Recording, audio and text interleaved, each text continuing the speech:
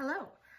I am notoriously a very harsh reader, and in the year of 2025, I only rated 5 books 5 stars.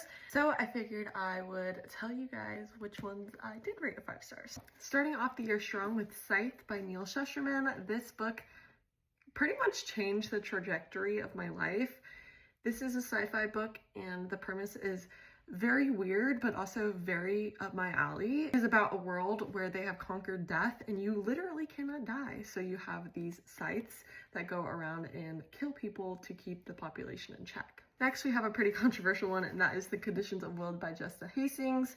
I don't stand for a lot of the things that Jessa Hastings has said or done, and I probably will not be reading any more of her books, but for the time that I read this, it was a 5 stars, so I will still talk about it. I have never read a romance quite like this one. It is just whimsical, but also deep and really sad, which is a bummer that I love her writing so much, because her as a person is just not the best. Next, we have Book Lovers by Emily Henry. This was the last book I needed to read by her to have finished her whole backlist, and I can't believe it took me so long to read this one because I loved it so much. I feel like I kind of went into it thinking that I wasn't gonna like it, because this book is normally a lot of people's least favorite Emily Henry books, but obviously it's one of my favorites if I gave it a 5 stars. Next, we have Heartstopper, specifically Volume 5. I'm holding Volume 4 because I don't have Volume 5 physically, but I will say that the whole series as a whole is 5 stars to me, just because they're so fast-paced and you could probably read all of them in one day.